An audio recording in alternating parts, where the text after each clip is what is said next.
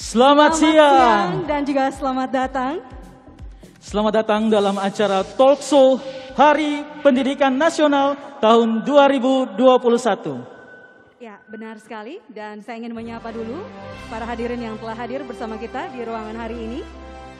Yang terhormat Komisaris Utama Bank NTT, Komisaris Independen Bank NTT, Direktur Utama Bank NTT, Direktur Umum Bank NTT, Direktur Pemasaran Kredit dan Direktur Kepatuhan Bank NTT.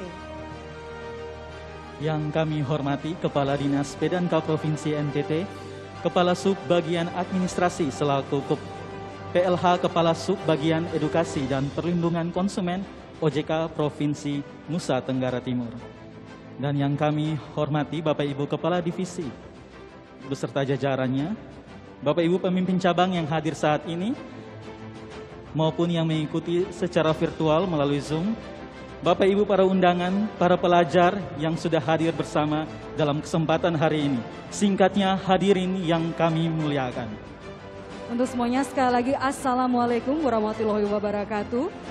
Shalom, salam sejahtera untuk kita semua. Salve, namo buddhaya dan salam sehat untuk kita semua. Kita berikan tepuk tangan yang meriah untuk Bank NTT beserta untuk seluruh hadirin yang hadir bersama kita maupun yang mengikuti Zoom hari ini.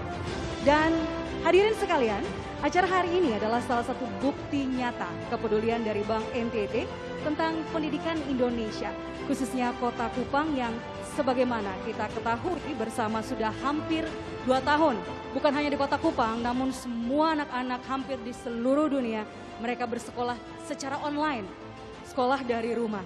Dan semoga dari kegiatan ini bisa memberikan spirit atau kekuatan tersendiri untuk guru-guru dan juga anak-anak untuk terus memajukan pendidikan.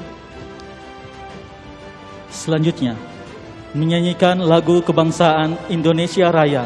Hadirin dipersilakan berdiri.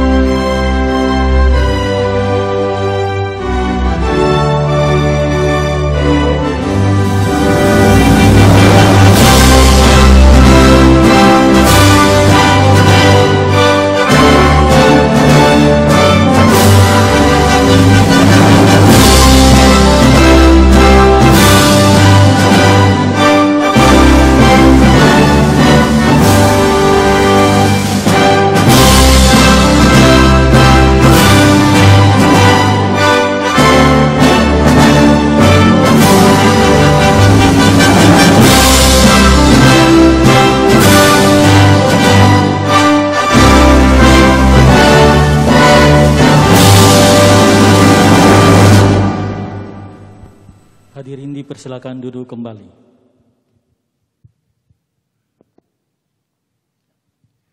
Dan sebelum kita memulai acara ini, marilah kita berdoa dan akan dibawakan oleh petugas.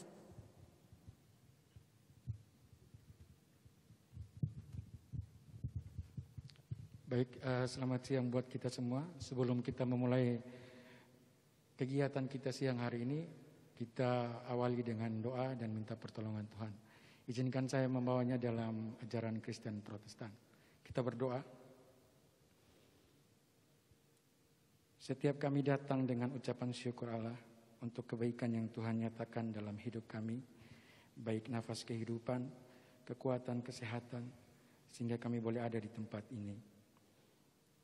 Sebelum kami memulai kegiatan talkshow dalam rangka Hardiknas siang hari ini, kami mohon pertolongan dan penyertaan Tuhan, serta hikmat untuk para narasumber, peserta dan seluruh orang yang terlibat dalam rangkaian kegiatan siang hari ini. Agar semuanya berjalan dengan baik. Dan biarlah melalui kegiatan talkshow ini membawa dampak positif bagi setiap kami dalam perannya masing-masing, baik sebagai tenaga pendidik, pelajar, insan perbankan, bahkan semua kami yang hadir siang hari ini. Pada akhirnya, seluruh kegiatan ini kami serahkan ke dalam tangan kasih Tuhan. Biarlah Tuhan boleh menyertai dan menolong. Ini doa dan permohonan kami, mengampuni segala dosa dan salah kami. Demi Kristus Tuhan kami berdoa. Amin. Terima kasih untuk petugas doa. Dan Bapak Ibu hadirin sekalian dalam talk show Hardiknas dengan tema kita hari ini melalui literasi inklusi keuangan, NTT serentak bergerak wujudkan merdeka belajar. Dan tentunya dalam talk show kali ini akan ada seorang moderator yang akan memandu jalannya talk show kita. Dia adalah salah satu dosen dari Fakultas Ekonomi dan Bisnis Universitas Nusa Cendana, Ibu Yohana Febriani Angi, SEMAKS. Untuk itu waktu dan tempat kami silakan.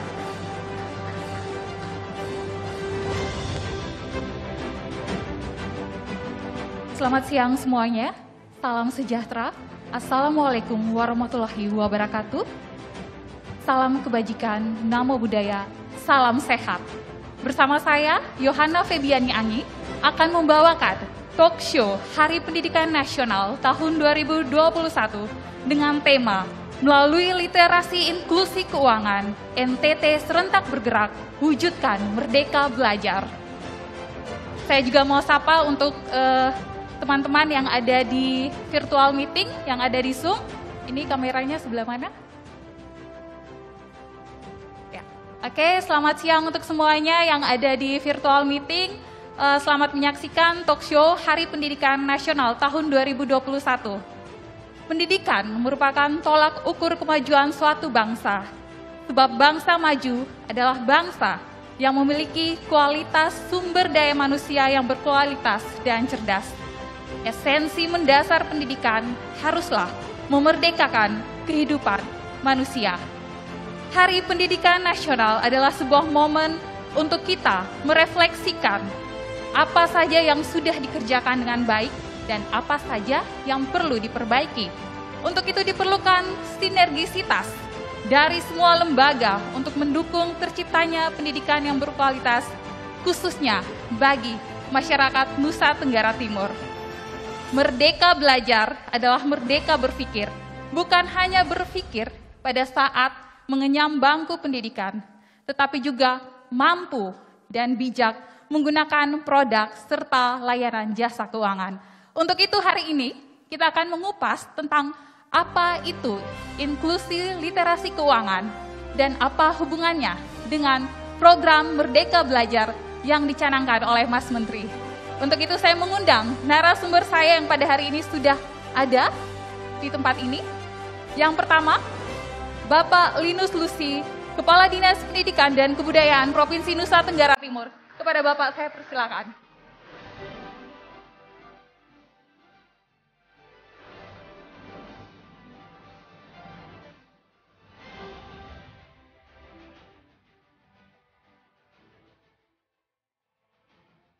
Bapak Linus Lusi ini adalah seseorang yang sudah berpengalaman ya dan berkecimpung lama di dunia pendidikan ya Bapak ya, dan juga pernah menjabat sebagai Kepala Badan Pengelolaan Perbatasan Nasional Provinsi Nusa Tenggara Timur. Cukup jauh tupoksinya, tapi kita akan lihat bagaimana Bapak Linus Lusi akan menjelaskan tentang konsep Merdeka Belajar. Terima kasih Bapak, silakan duduk Bapak Linus. Narasumber kedua, Bapak Doni Prasetyo, Kepala Subbagian Administrasi, selaku PLH Kepala Subbagian Edukasi dan Perlindungan Konsumen, Otoritas Jasa Keuangan Perwakilan Provinsi Nusa Tenggara Timur. Selamat datang Bapak Doni.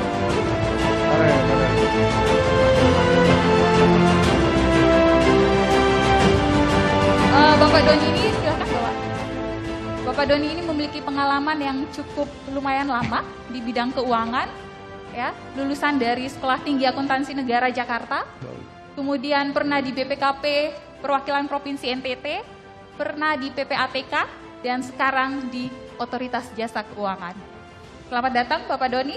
Selanjutnya kita ke narasumber kita. Beliau adalah Bapak Hari Alexander Riwukahwo. Beliau adalah Direktur Utama Bank NTT.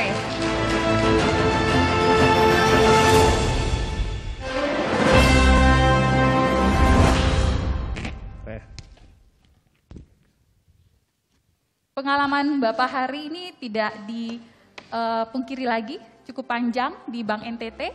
Sejak awal berkarir memang sudah di Bank NTT ya Bapak ya. Oke, kita akan melihat bagaimana Bank NTT mendukung program Merdeka Belajar yang dicanangkan oleh pemerintah.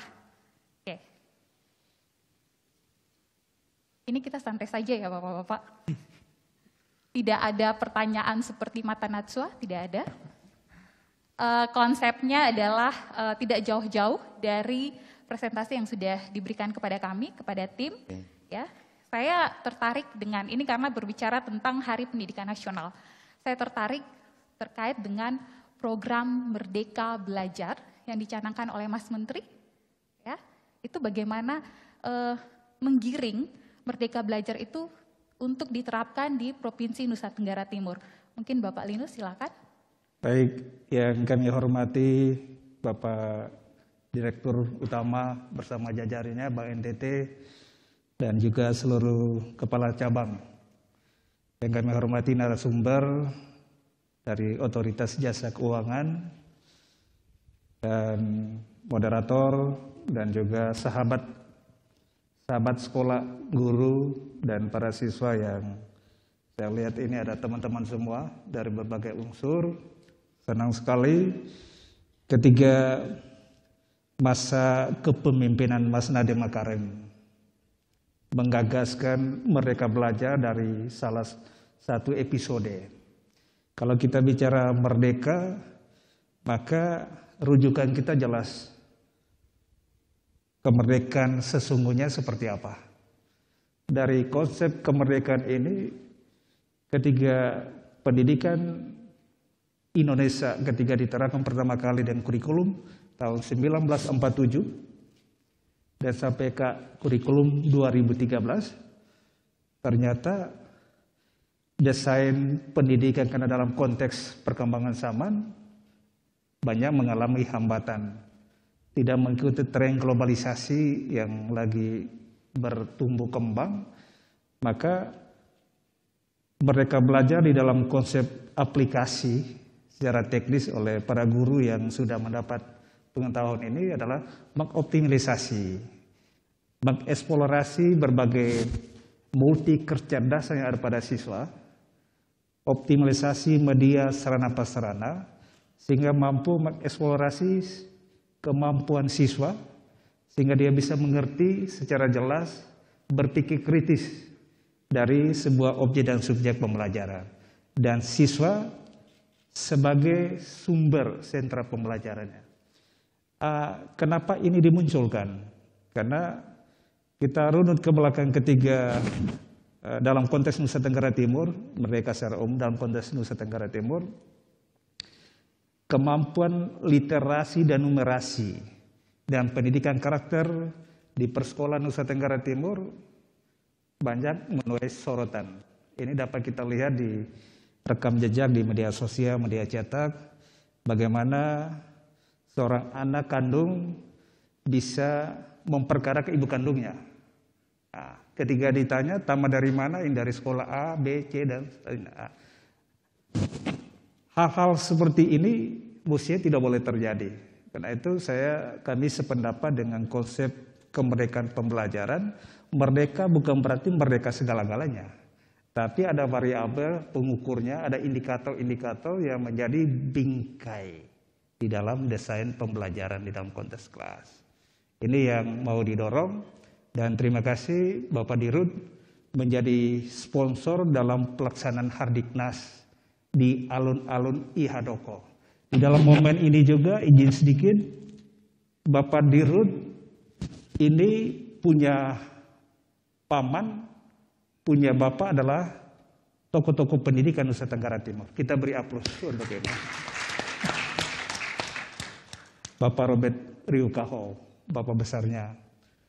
Bapaknya Bapak Simon, mantan Kakandep Kabupaten Belu. Dan juga mungkin teman-teman kerja Bank NTT mungkin belum mengetahui Bapak Simon Riukaho, Kepala Bank NTT pertama di Kabupaten Atambua. Tahu, ini tepuk tangan buat ini. Dan ini informasi ini ketika ada tawaran bicara soal ini, saya bilang oke, setuju. Karena memang sejalan dengan gerakan Merdeka Belajar satu sisi, literasi keuangan siswa se-Nusa Tenggara Timur, rumah tangga yang menyekolah anak-anak di SD juga masih jauh dari, sehingga ada OJK, ada Dirut, juga ada kepala sekolah bisa memberikan sebuah testimoni sehingga dialog ini benar-benar tumbuh dan berkembang. Apalagi di Kota Kupang ada kepala sekolah yang memiliki rekam jejak dan warung-warung bank sudah tumbuh dan berkembang di satuan pendidikan masing-masing. Ini kan menjadi sebuah literasi keuangan yang sangat bagus. Demikian untuk sementara, biar kita kasih los sehingga ada umpan balik yang banyak dari forum sampai kita berinteraksi. Ya, terima kasih untuk jawabannya Bapak Linus, tapi saya tertarik tadi dengan pernyataan bahwa tujuan Merdeka Belajar adalah supaya para guru, murid, peserta didik semua dan orang tua itu bahagia, mendapat suasana yang bahagia. Ukuran bahagia atau kriteria bahagianya itu seperti apa, Pak? Baik, ini pertanyaan yang rada-rada sulit. Sebuah kebahagiaan itu sebuah yang sangat relatif, sangat membatini dan sangat mempribadi. Ukur kebahagiaan kepala dirut beda dengan kebahagiaan narasumber lain. Sehingga kenapa? Karena di dalam sektor pendidikan anak-anak selama ini dibelenggu. Pembelajaran yang sangat membelenggu, datang, duduk, catat, diam, lipat tangan. Nah, itu produk-produk. Nah, hasilnya seperti apa? Maka tidak ada dialektika anak-anak output, tidak ada dialektika yang bagus ketika dia terjun ke berbagai sektor pendidikan. Nah, ini tidak boleh. Sehingga kepatuhan yang tumbuh dan berkembang adalah kepatuhan semu, kepura-puraan. Dengan konsep belajar ini, maka seluruh siswa terlebih usia dini, kemudian menengah, benar-benar dilatih membangun sebuah iklim demokrasi pembelajaran. Mampu mengatakan itu salah dan mempertahankan itu benar. Ini adalah sebuah hal yang tumbuh dan dipergeser dan perketat betul-betul, sehingga anak-anak kita benar-benar memiliki konsep dan jati diri yang paripurna. Di dalam aplikasi dan implementasi praktis itu ada di pembelajaran sehari-hari. Tapi itu belum cukup. Di sekolah sudah ketat bagus eksplorasi, tetapi apakah sektor PAUD? Ketika PAUD itu anak-anak itu merdeka belajar luar biasa, lompat sana, lompat sini. Tetapi guru adalah salah satu faktor pemberhangus kemerdekaan belajar itu sendiri. Ketika dia masuk 3 bulan pertama di sekolah dasar, suasana yang begitu aktif yang dialami PAUD TK ternyata diberangus secara total di sekolah dasar. Terlebih teman-teman guru SD yang mempelototi mata begini, seluruh nyalinya hilang. Ini adalah sebuah pembunuhan terencana yang sudah saatnya kita geser dengan keceriaan di dalam pembelajaran. Ini hal-hal yang konkret. Ya, oke. Berarti ini ukuran bahagia antara masing-masing orang itu berbeda, tetapi memang harus tetap bahagianya itu sesuai dengan yang dicanangkan oleh pemerintah sehubungan dengan yang program Merdeka Belajar itu, Pak. Tapi saya mau tanya, ini terkait dengan bahagia. Bahagia itu kalau menurut saya ya, bahagia juga itu merujuk pada kesejahteraan pendidik, tenaga pendidik. Bagaimana ukuran bahagia dari pemerintah provinsi melihat ya untuk kesejahteraan pendidik, hubungannya dengan Merdeka Belajar. Merdeka Belajar itu kan juga harus merdeka secara sejahtera, ya. Nah, silakan Bapak. Baik, kalau forum ini kalau ukuran kebahagiaan itu yang memerdekakan, kita pasti ingat teori Maslow. Ya, ada beberapa kebutuhan dan yang paling tertinggi adalah aktualisasi diri. Sandang sudah, pangan sudah, papan sudah, rasa aman sudah. Tetapi ruang aktualisasi diri ini benar-benar tidak diberikan. Ini adalah sebuah pemblunder di dalam sektor pendidikan. Sehingga kemerdekaan yang sesungguhnya di dalam pembelajaran maupun di luar pembelajaran lingkungan adalah memberi ruang yang cukup bagus kepada peserta didik, kepada guru, kepada orang tua untuk mengaktualisasi diri di dalam berbagai ragam kegiatan. Di dalam KBM pembelajaran seperti apa, di dalam pilihan-pilihan hidup, pilihan untuk berargumen, berteman, ini harus kita dorong. Kalau tidak, maka variabel ketakutan semu mempengaruhi indeks demokrasi jangka panjang, karena salah satu variabel sekolah tidak diperbiasakan untuk menumbuh kembangkan aspek-aspek demokrasi. Indeks demokrasi di Nusa Tenggara Timur kita mungkin mengalami penurunan. Ada penurunan, ya mungkin dirilis belum ada, tetapi korelasi salah satunya di sektor-sektor kependidikan dengan variabel lain sebagainya. Ini yang harus kita pahami dan mungkin kita dorong sehingga konsep aktualisasi diri menjadi isu sentral di dalam ranah kehidupan, terlebih di sektor-sektor pendidikan dalam konsep yang bersifat umum. Nanti teknis praktis seperti apa di sekolah sangat tergantung pada guru.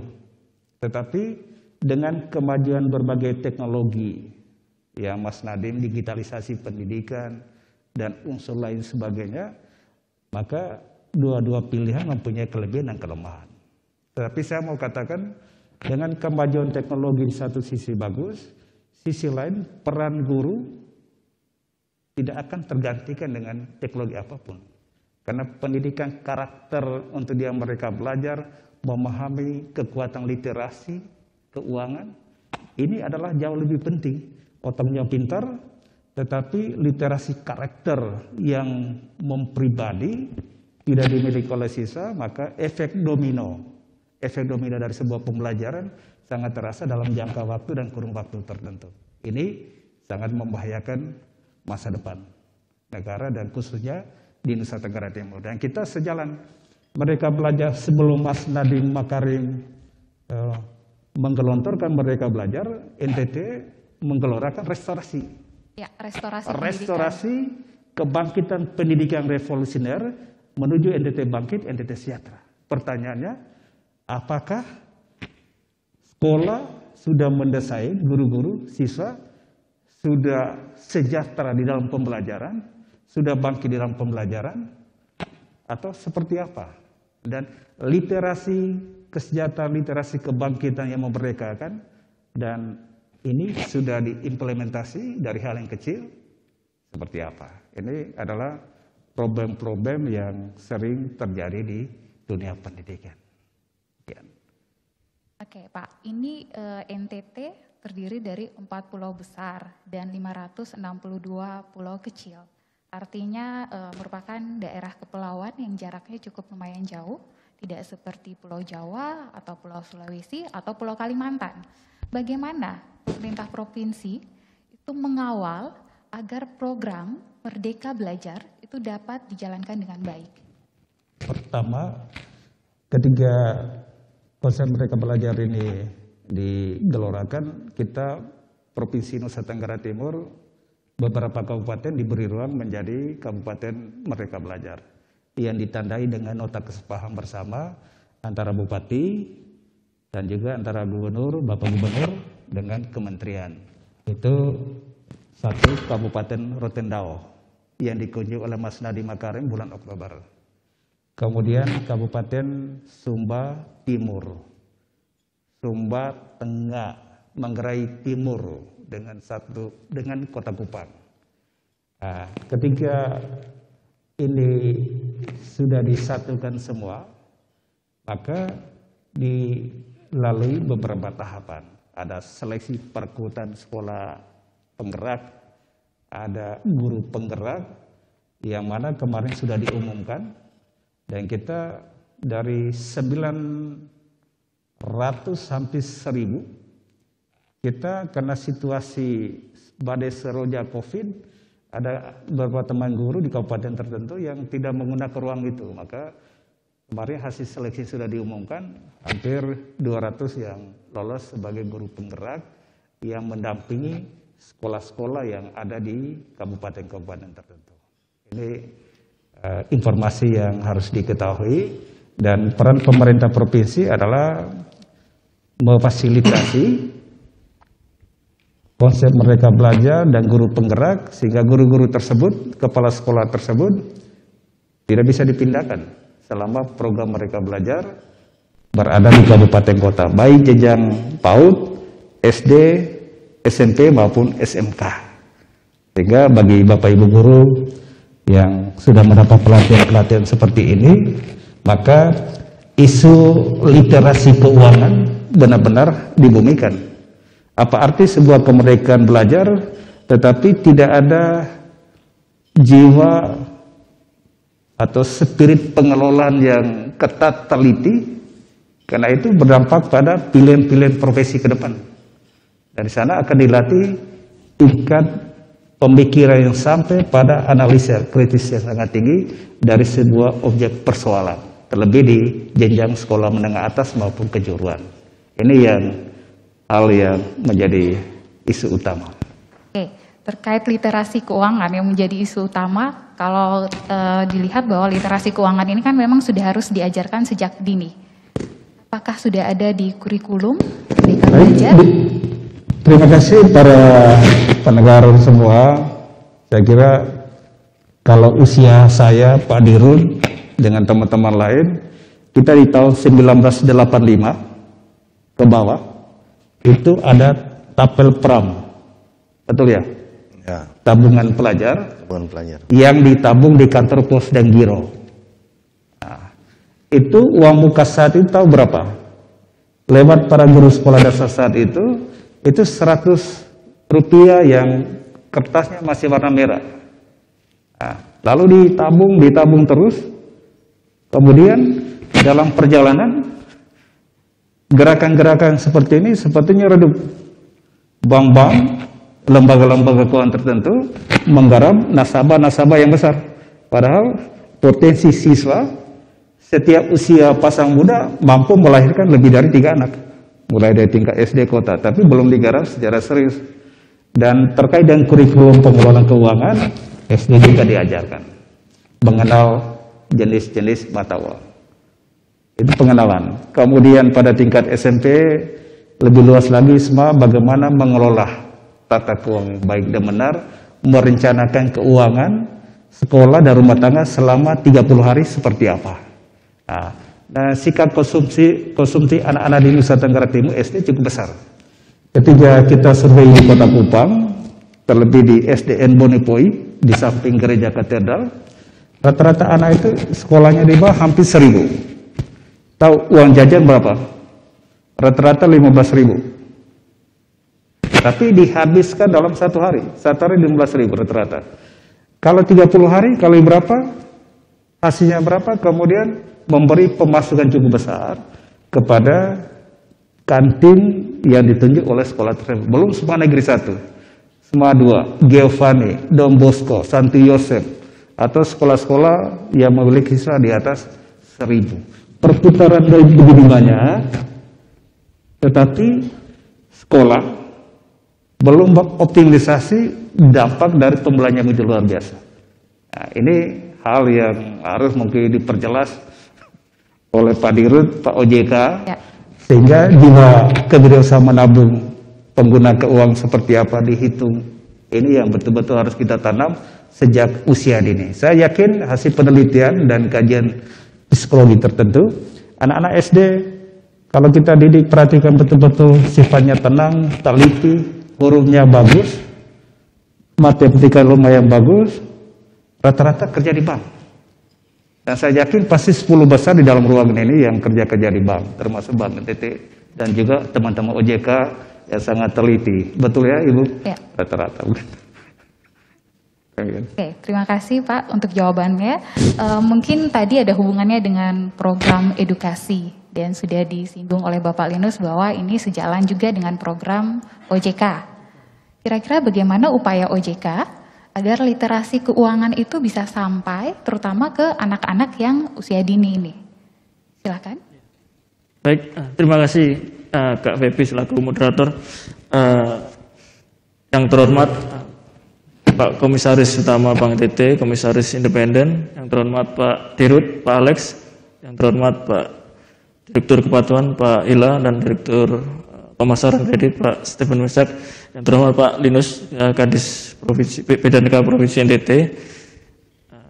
Selamat siang, salam. Assalamualaikum warahmatullahi wabarakatuh. Waalaikumsalam. Om Swastiastu. Om Swastiastu. Namo Buddhaya.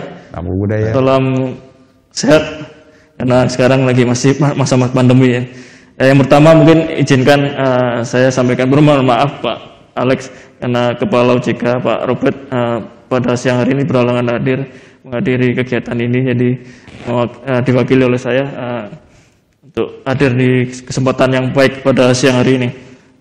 Mungkin sebelum jawab dari pertanyaan Kak Febi dari moderator, mungkin perkenalkan dari saya jelaskan singkat terkait apa itu OJK. OJK kan lembaga yang dibentuk Undang-Undang Nomor 21 Tahun 2011. Jadi Otoritas Jasa Keuangan itu memiliki 3 fungsi utama: mengatur, mengawasi, dan melindungi. Jadi yang terkait kegiatan pada siang hari ini itu di fungsi melindungi. Kami ada turunan peraturan OJK Nomor 1 2013 itu terkait perlindungan konsumen lembaga jasa keuangan. Terus ada peraturan OJK Nomor 76 Tahun 2016 itu terkait peningkatan literasi dan inklusi keuangan di sektor jasa keuangan. Jadi kami hanya fokus di sektor jasa keuangan, Pak Kadis. Jadi kalau misalnya tingkat peningkatan literasi dan inklusi di sektor yang lainnya mungkin ada lembaga yang lainnya.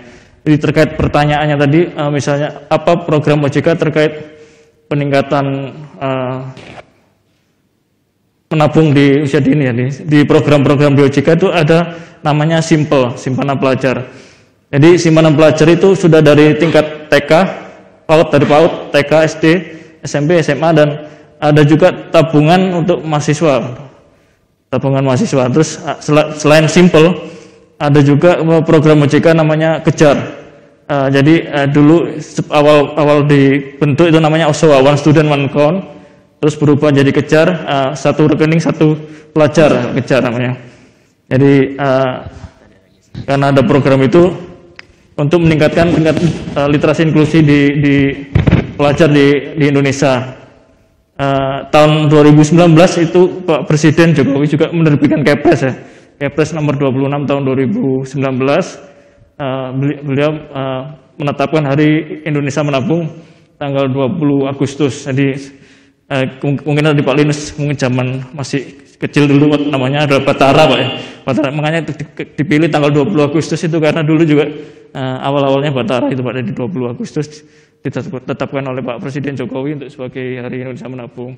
Jadi itu beberapa program dari OJK, ada Simple, Kejar, dan Hari Indonesia Menabung terkait peningkatan literasi inklusi kepada pelajar ya, untuk giat menabung. Mungkin itu Kak Febi. Oke, untuk yang saya tertarik dengan yang Kejar itu programnya sejak kapan ya Pak ya? Kalau launching pertama kali itu dari 2019. Untuk kalau sekarang sudah berapa yang tergabung dalam program tersebut untuk data? Kalau data kami di data secara nasional ya, data di NTT itu jumlah pelajar kan per akhir 2020 ada 13.000 pelajar. Terus kemarin data kami di OJK yang memiliki rekening Simple simpanan pelajar di seluruh penyalur bank ya, nggak hanya Bank NTT, jadi ada bank Perkreditan Rakyat, juga ada bank umum lainnya. Itu totalnya 16.000 rekening. Total saldonya ada kurang lebih 500 miliar per pertengahan April kemarin. Di 500 miliar itu yang di rekening simpanan pelajar khusus di NTT. Jadi itu Kak. Oke. Cukup lumayan tinggi ya Pak ya untuk ya. NTT untuk berkontribusi dengan program Kejar tersebut. Kejar. Ya. Kira-kira apakah program ini memang akan terus dilaksanakan? Ya, karena ini kan tujuannya untuk meningkatkan literasi dan inklusi. Pada survei kami tahun 2019, tingkat literasi di NTT itu masih di bawah nasional. Tingkat literasi NTT kan ada di 28,82%, di nasionalnya itu ada 38%. Jadi misal dari 100 pelajar hanya 28 orang yang tahu, paham terkait mengapa dia menabung. Jadi sisanya belum tahu kenapa. Itu makanya kami ada target juga di 2024 tingkat inklusi itu jadi 90%. Jadi program ini akan terus berkelanjutan karena dari Pak Jokowi sendiri sudah menetapkan target inklusi keuangan 90% di 2024. Jadi itu kemarin bulan lalu juga kami sudah mengedarkan ke seluruh dinas-dinas di Kabupaten Kupang, di Kabupaten Kota di NTT untuk mendata berapa pelajar yang sudah memiliki rekening. Jadi tidak hanya di Bank NTT, tapi di seluruh bank ini. Itu, Pak. Berarti benar ya Pak, itu sudah dari OJK memang sudah melakukan hal tersebut ke dinas-dinas? Memang beberapa tahun terakhir kegiatan-kegiatan OJK yang berkait dengan edukasi keuangan, lain sebagainya selalu bersurat kepada Dinas PDK dan kita memandat kepada sekolah-sekolah untuk mengikutinya. Nah, pertanyaannya, dunia pendidikan setelah ikut aplikasi praktis terhadap para siswa, para guru, memang sampai sekarang belum ada data yang pasti, tetapi ada pergerakan-pergerakan luar biasa dalam kesadaran para siswa dan orang tua, dan rata-rata orang tua yang kelas menengah ke atas relatif menyisihkan anak-anaknya seperti apa untuk perencanaan masa depan. Tapi sangat paradoks ketika kelas menengah ke bawah. Ini yang fakta yang tidak terbantahkan, tetapi saya yakin Litbang dan sejenis di sektor keuangan pasti telah melakukan kajian-kajian tersebut. Ini hal yang bagus sebagai pintu masuk untuk kita cross-check kembali tingkat partisipasi. Karena potensi siswa se-Nusa Tenggara Timur itu bukan sedikit. Itu sejutaan dari kumpulan-kumpulan, dilihat dari penyaluran dana BOS, SD, SMP, SMA, SMK yang kami titipkan lewat Bank Pemerintah NTT, Bank NTT. Terima kasih Pak Diru dan teman-teman yang tepat waktu menyalurkan dana BOS sampai ke rekening sekolah. Terima kasih Pak untuk penjelasannya. Saya ke Bapak Dirut, Bapak Alex. Ya. Saya panggil Bapak Alex saja ya Bapak ya. Oke. Tadi sudah dijelaskan sedikit oleh Bapak Linus ya terkait dengan program dari Bank NTT yang mendukung literasi keuangan.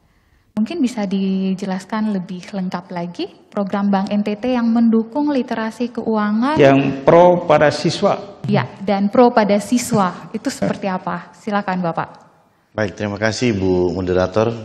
Yang kami hormati Bapak narasumber, Bapak Kadis PDNK, Pak Linus, Pak Doni dari OJK, Bapak Direktur Umum, Bapak Direktur Kepatuhan, Bapak Ibu para pejabat dari Bank NTT, dan yang kami banggakan, yang kami muliakan, kami hormati Bapak Ibu pendidik, guru yang ikut di acara ini, baik di tempat ini maupun di seluruh channel yang bergabung, juga para siswa-siswi yang hadir dan baik hadir secara langsung maupun virtual.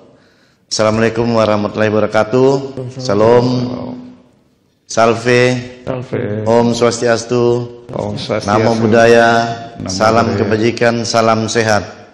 Jadi kehadiran kita saat ini dari Bank NTT secara lengkap, direksi dan semua pejabat, pengurus, ini mau menyatakan sikap dan komitmen yang kuat dari Bank NTT kepada semua program pemerintah baik pemerintah pusat, provinsi, kabupaten kota, apalagi dalam dunia pendidikan. Kita, future outlook kita adalah bagaimana generasi NTT bisa lebih merdeka, dan tidak saja merdeka secara berpikir dan berkreasi atau inovatif, tetapi nantinya mampu secara mandiri mengisi kemerdekaan berpikir dan berekspresi dengan hal-hal yang bisa dalam visi yang panjang ketika dia menjadi mandiri terlepas dari orang tua. Nah, ada 3 komponen dalam kegiatan ini, ada orang tua, ada guru, pendidik, dan siswa. Kita Bank NTT telah membangun satu sistem, suatu kegiatan yang menyeluruh untuk dapat mendukung proses-proses mengisi kemerdekaan dalam belajar, dalam berpikir, dalam berekspresi melalui berbagai produk yang Bank NTT kemas. Teman-teman kami di Direktorat Dana itu sejak beberapa tahun ini menyelenggarakan berbagai kegiatan aktivitas yang sifatnya edukasi dan mendidik, di mana dari kegiatan-kegiatan ini diharapkan terlahir atau tercipta satu aktivitas yang inovatif, kreatif, tetapi juga dapat menjamin kalau nanti mandiri, bisa mandiri secara finansial, mandiri secara aktivitas, dan mandiri secara banyak hal. Kita mulai dari tingkat SD, SMP, SMA, perguruan tinggi, untuk melakukan literasi-literasi sesuai fungsi intermediasi bank. Kita mengemas berbagai produk, berbagai kegiatan untuk ya dalam situasi-situasi yang sulit. Anak didik kita baik yang di kabupaten, kota, atau yang mudah dan susah akses untuk mengikuti pendidikan bisa terbantu dengan beberapa hal yang kita kerjakan. Kita menyiapkan aplikasi-aplikasi bagi sistem penyelenggaraan pendidikan baik di tingkat sekolah maupun perguruan tinggi. Kita perlu membangun literasi-literasi ini karena tantangan-tantangan yang sekarang dan yang akan ada tentu memiliki tingkat dan kualitas yang sangat tinggi, bahkan sangat menantang. Anak-anak kita harus dididik, disiapkan dengan berbagai penguatan-penguatan pembelajaran. Jadi mengisi kemerdekaan berpikir, berekspresi dengan hal-hal yang menjanjikan atau menjadi pondasi ketika dia mampu mandiri, tidak lagi menjadi beban bagi pemerintah, bagi keluarga, dan bagi lingkungan. Ini yang kita menyadari bahwa kita tidak bisa berjalan sendiri. Kita butuh sinergitas dan kolaborasi. Karena itu dengan berbagai pihak, baik dengan Pak Kadis, Pak Linus dari regulator OJK maupun dengan berbagai pihak, kita terus menggelorakan semangat literasi, menggelorakan berbagai semangat untuk mengisi kemerdekaan berpikir, berkreasi, berekspresi dalam dunia pendidikan dengan hal-hal yang kita terus lakukan secara bersama-sama dan berkelanjutan. Ya, oke. Dampaknya apa Pak? Kira-kira setelah ada literasi kepada mahasiswa, kemudian siswa atau pelajar dari SD sampai dengan SMA, kira-kira dampaknya apa? Dampaknya kita sudah mengukur dan memang ada peningkatan. Yang pertama, bagi anak-anak kita mulai familiar dengan jasa-jasa keuangan yang disediakan oleh bank. Tidak terbatas Bank NTT, tapi bank pada umumnya. Kemudian mereka sudah pandai untuk bertransaksi dengan menggunakan cara-cara transaksi yang sehat, yang mudah, murah, cepat. Misalnya dengan mobile banking atau dengan ATM dan transaksi-transaksi jasa layanan bank yang disediakan. Kemudian dampak dari penyelenggaraan ramai sekali. Ramai sekali ini gerakan edukasi untuk mengenal literasi keuangan sejak usia dini dan milenial. Nah, kita selain lakukan literasi, edukasi, kita juga mengemas lomba-lomba karya tulis tingkat SMP, SMA. Bahkan tahun ini kita perluas untuk dosen, guru, jadi ibu moderator bisa ikut juga. Kemudian bagi masyarakat umum, lomba karya tulis ilmiah, opini. Kemudian menggelar juga lomba-lomba yang sifatnya menggali talent-talent dari kaum milenial NTT, supaya dari talent-talent ini bisa menjadi satu peluang untuk kemandirian dia. Misalnya lomba cipta jingle atau video edukasi, video kreatif, dan lomba jingle edukasi, video edukasi, dan vlog. Nah, kita lakukan sudah beberapa kali. Dan ini melahirkan karya-karya yang luar biasa. Ternyata anak-anak muda NTT punya talenta-talenta yang luar biasa, tidak kalah dari kaum muda di daerah lain yang mungkin lebih gampang dan kuat modalnya, lebih gampang akses kemana-mana karena infrastruktur lengkap, juga kapitalisasi yang mereka miliki juga sangat kuat. Tapi ternyata dari lomba-lomba yang kita lakukan, anak NTT tidak kalah dengan kelebihan-kelebihan dari daerah lain. Bahkan tahun ini kita Bank NTT belum punya jingle sendiri. Kita dalam rangka HUT Bank NTT, kegiatan ramai sekali ini, mudah-mudahan ada karya-karya cerdas dan luar biasa dari generasi milenial NTT, sehingga jingle ini akan menjadi milik Bank NTT.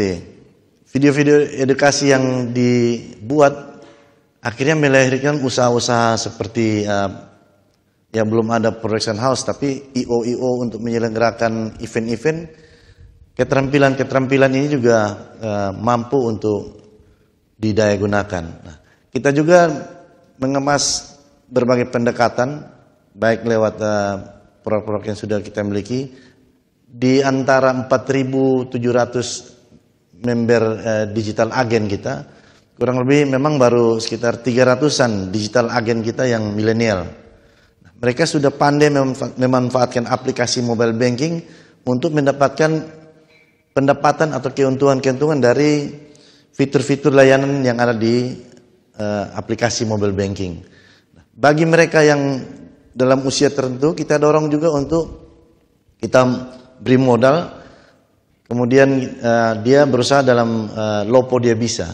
Nah, Lopo Dia Bisa ini kita juga kerjasama dengan beberapa sekolah, sehingga mereka juga tidak saja belajar untuk intelektual, tapi belajar juga menjadi entrepreneur untuk ya memanfaatkan peluang-peluang yang ada untuk mulai kenal dunia bisnis dan dunia usaha. Ini perlu kita lanjutkan. Dan kita punya kerjasama dengan beberapa universitas di Flores, dengan Universitas Santo Paulus dan Seminari Kisol. Kita akan lebih besar mengemas program ini karena dari kedua universitas dan seminari ini memiliki komitmen yang tinggi menjadi bapak angkat bagi siswa-siswi dan juga masyarakat luas yang mau ikut program kita bersama dengan Seminari Kisol dan Universitas Santo Paulus dalam rangka pemberdayaan atau entrepreneur milenial di daerah-daerah di Nusa Tenggara Timur. Dimulai dari Flores? Kita mulai seluruh? Serempak seluruh NTT. Untuk sekolahnya baru yang Flores tadi ya Pak ya? Sekolahnya tersebar ada daerah Flores, ada di daerah Sumba, daerah Timur ada. Dan sudah berjalan, bahkan kita juga dengan pihak gereja.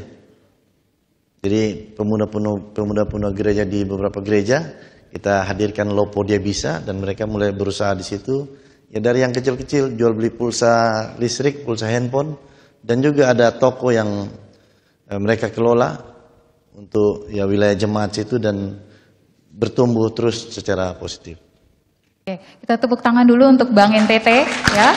Programnya cukup menarik dan memang ini membangun pendidikan di Nusa Tenggara Timur, juga bukan hanya pendidikan saja, juga menumbuhkan jiwa kewirausahaan bagi masyarakat Nusa Tenggara Timur. Mungkin sebelum saya lanjut bertanya, ya, ini ada yang dari audiens yang ada di ruangan ini yang ingin bertanya, silahkan.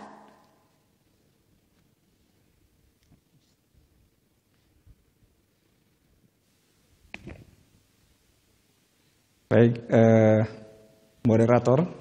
Ya. Memang sambil Silakan, menunggu Bapak. pertanyaan dari guru, biar suasananya ini hidup.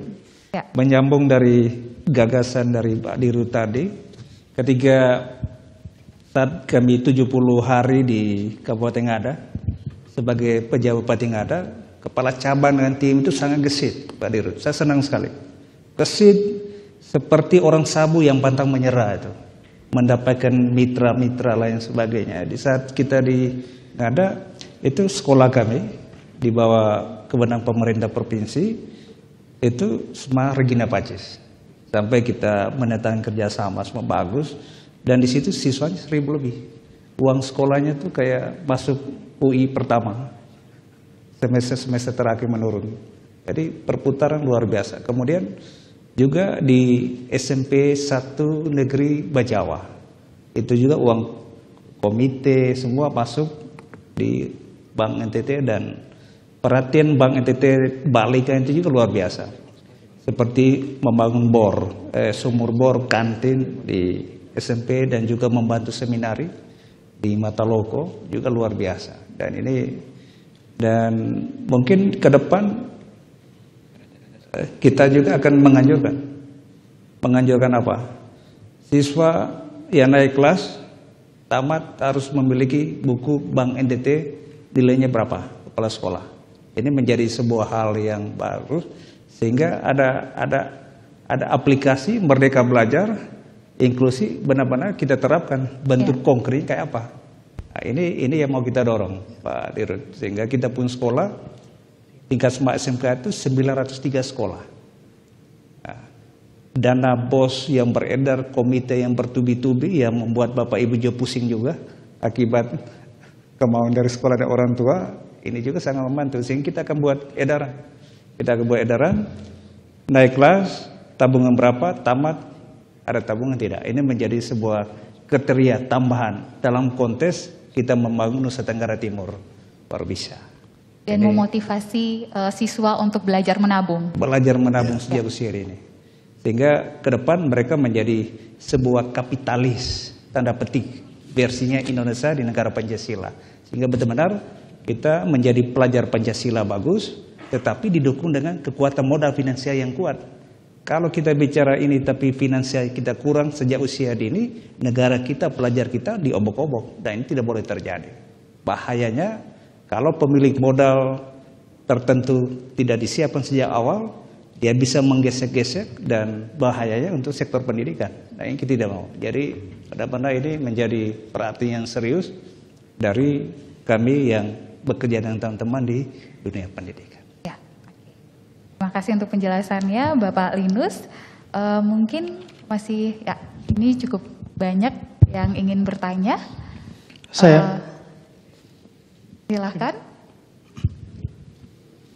Silakan menyebutkan nama, kemudian mungkin asalnya dari mana atau instansinya dari mana, silakan. Baik, terima kasih. Selamat siang untuk kita semua. Ya. Saya Agung Hermanus Riwu, guru dari SMP Katolik Giovanni Kupang.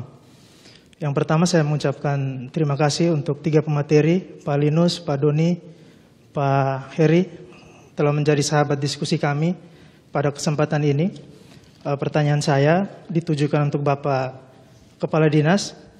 Dari penjelasan awal, saya belum mendengar konsep Merdeka Belajar itu dikaitkan dengan tren global saat ini, yakni industri 4.0. Merdeka Belajar ini mesti berbasis pada pendidikan yang bercorak 4.0. Ada 3 infrastruktur yang harus disiapkan, yaitu internet, kemudian instrumen pembelajaran yang berbasis digital, dan yang ketiga adalah kualitas guru yang profesional. Saya mau tanya, bagaimana pemerintah dalam hal ini Dinas Pendidikan mempersiapkan 3 infrastruktur ini? Yang kedua, kalau saya tidak salah dengar tadi, visi yang disampaikan oleh Bapak Kepala Dinas terkait dengan pendidikan di NTT, itu diawali dengan kata restorasi. Ini sangat mirip dengan tagline politiknya Gubernur NTT, restorasi. Saya hanya mengingatkan, mudah-mudahan restorasi ini benar-benar dijalankan dengan baik, tidak terkontaminasi dengan hal-hal politik, sehingga kita benar-benar merdeka, tidak merdekanya setengah-setengah, bahkan kemerdekaan ini tersandra. Karena jabatan kepala sekolah pada saat ini sudah menjadi jabatan politis. Pada akhirnya di sekolah juga terkotak-kotak dan mengakibatkan pada kualitas pendidikan itu sendiri. Terima kasih. Oke, terima kasih untuk pertanyaannya. Kita berikan aplaus dulu. Untuk Pak, tadi saya lupa, tapi Pak Ribu ya? Belakang. Agung. Pak siapa? Pak Agung. Agung. Ya, terima kasih Bapak Agung dari SMP Giovanni Kupang. Untuk pertanyaannya ada 2 pertanyaan. Mungkin Bapak Linus mau langsung menjawab? Boleh. Ya, boleh ya. Oke, saya langsung saja dulu ke Bapak Linus untuk menjawab 2 pertanyaan tadi. Ada konsep merdeka belajar yang harus dikaitkan dengan industri 4.0 ya, terkait dengan internet, digital pembelajaran, kemudian terkait juga dengan guru profesional, itu yang pertama. Kemudian yang kedua, ini visi NTT terkait dengan pendidikan itu adalah ada menggunakan kata restorasi kebangkitan pendidikan. Nah, itu hubungannya biasanya kalau restorasi memang hubungannya dengan tagline salah satu partai politik gitu. Jadi apakah pertanyaannya apakah tidak nanti terkontaminasi dengan dunia politik, Pak? Gitu. Silakan Bapak. Baik, yang pertama kebijakan politik pendidikan. Kebijakan politik pendidikan bagaimana mencerdaskan kehidupan berbangsa dan bernegara. Itu yang menjadi adigium, sehingga di pembukaan undang-undang alinea keempat itu menjadi landasan dan turunan sampai pada aplikasi desain kurikulum. Kalau kita bicara soal restorasi yang Pak Agung katakan, saya melihat itu wajar-wajar saja, wawas saja. Tapi jauh hari saya mau informasi kepada publik Nusa Tenggara Timur, semasa Bapak Simon Ribokaho ketiga masih bersama-sama sebelum pensiun, tagal restorasi kita sudah utarakan dari 2004. Karena pada 2004, di situ untuk pertama kalinya lomba Olimpiade Sains. Olimpiade Sains itu Nusa Tenggara Timur menyumbang pertama kalinya medali emas untuk sekolah dasar. Kita beri aplaus tentang hal ini.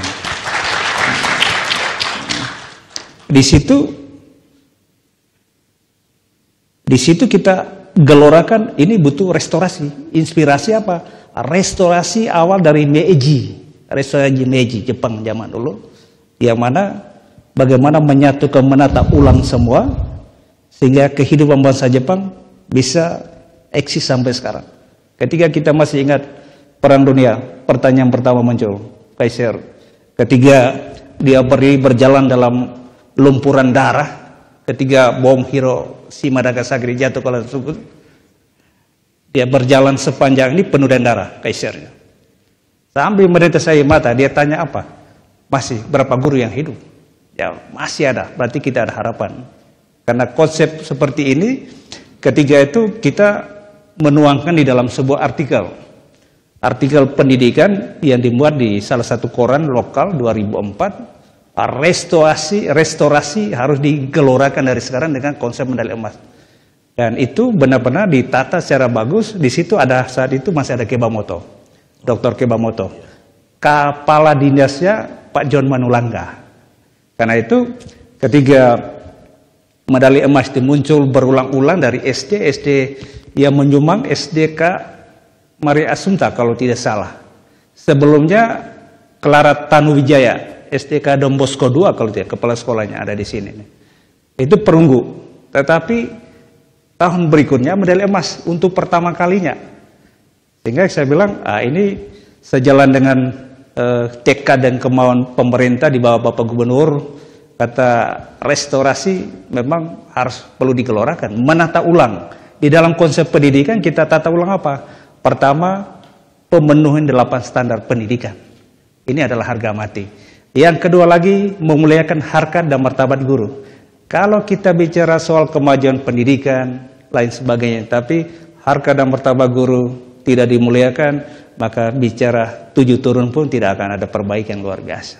Sehingga ada percepatan penyaluran hak-hak guru yang kita sudah salurkan, percepatan penyaluran dana BOS, sehingga tidak ada kendala alasan tidak ada whiteboard atau papan tulis sejenisnya menjadi alasan klasik. Dan kembali pada konsep ini, maka restorasi kebangkitan pendidikan itu adalah persyarat mutlak. Tidak hanya berhenti di situ. Di Sema Negeri kita beri nama, izin baru kami beri nama Sema Negeri Restorasi. Di Ngada ada restorasi, Sema Negeri Restorasi Riung, izin sudah keluar. Sema SMK Swasta Restorasi milik keuskupan, mereka terima, dan ada landasan filosofi mereka terima, lain sebagainya. Dan ini, jadi jangan berpikir masalah partai AB, tapi kita melihat spiritnya, menata kembali. Dan ini adalah tagar, dan kita juga kemarin, kita juga sudah ada Mars Pendidikan, Mars Restorasi Pendidikan NTT, yang juaranya itu adalah dari 193 sekolah, ada 35 yang berpartisipasi. Yang juara pertama Semaka Giovanni Kupang. Tepuk tangan buat Giovanni.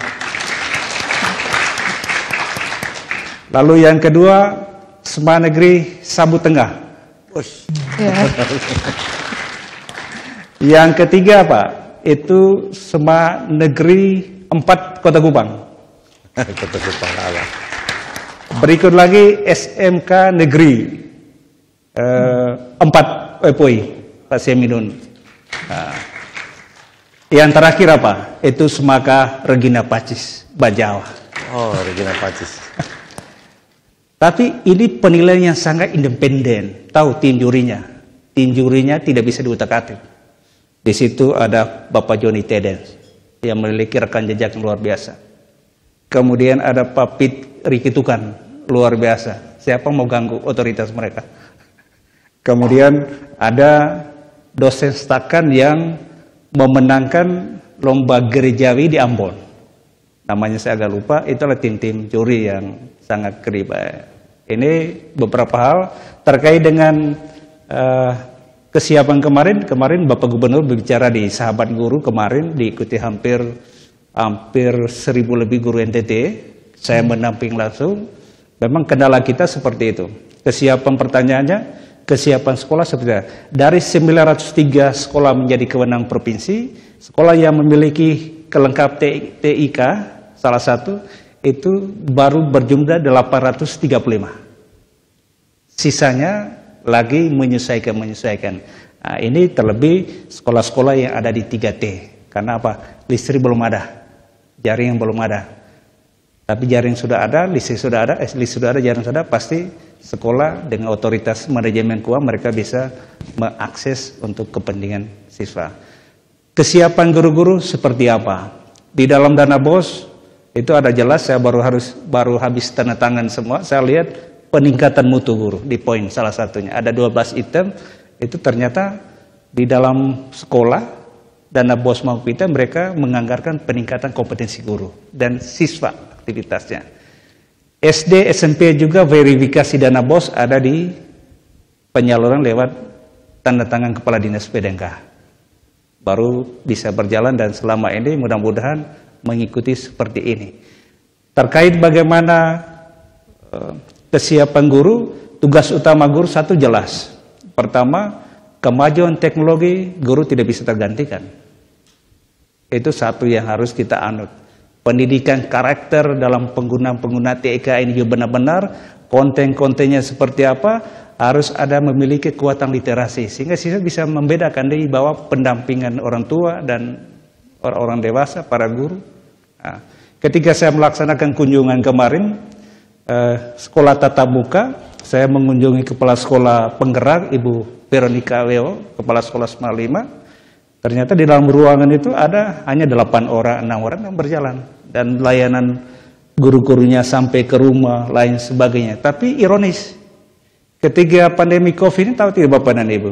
Ketika saya tanya siswa yang dalam ruangan, siapa nama kepala sekolah? 8 siswa itu mereka bingung. Bingung menjawabnya. Tanya siapa wali kota Kupang wakil, gelap. Siapa gubernur, mereka bisa menjawab. Siapa wakil gubernur, gelap. Apalagi ketua DPRD, mereka tidak bisa jawab. Tanya siapa kepala dinas PDNK, mereka tidak tahu sama. Ini, papa namanya baca sudah. Nah, ini hal-hal yang terjadi seperti ini, sehingga saya kira pemikiran tadi adalah pergulatan bersama-sama, termasuk sekolah-sekolah swasta di bawah naungan keuskupan, ini saya mau katakan, keuskupan Katolik dan juga sinode Gemit, tidak pertama romantisme masa lalu terhadap kebesaran-kebesaran sudah saatnya harus ditinggalkan.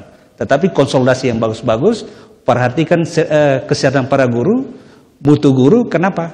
Karena sekolah-sekolah A, B, C yang swasta yang bagus, input masuk sudah bagus, rata-rata anak.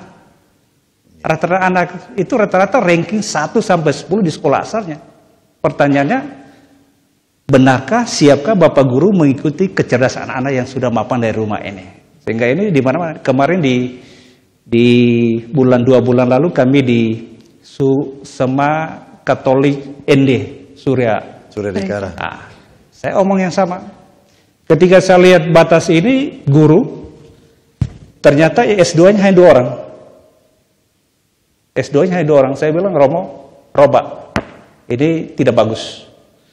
Nama besar sebuah sekolah, tapi yang pendidik S2-nya hanya 2 orang. Yang lain S1.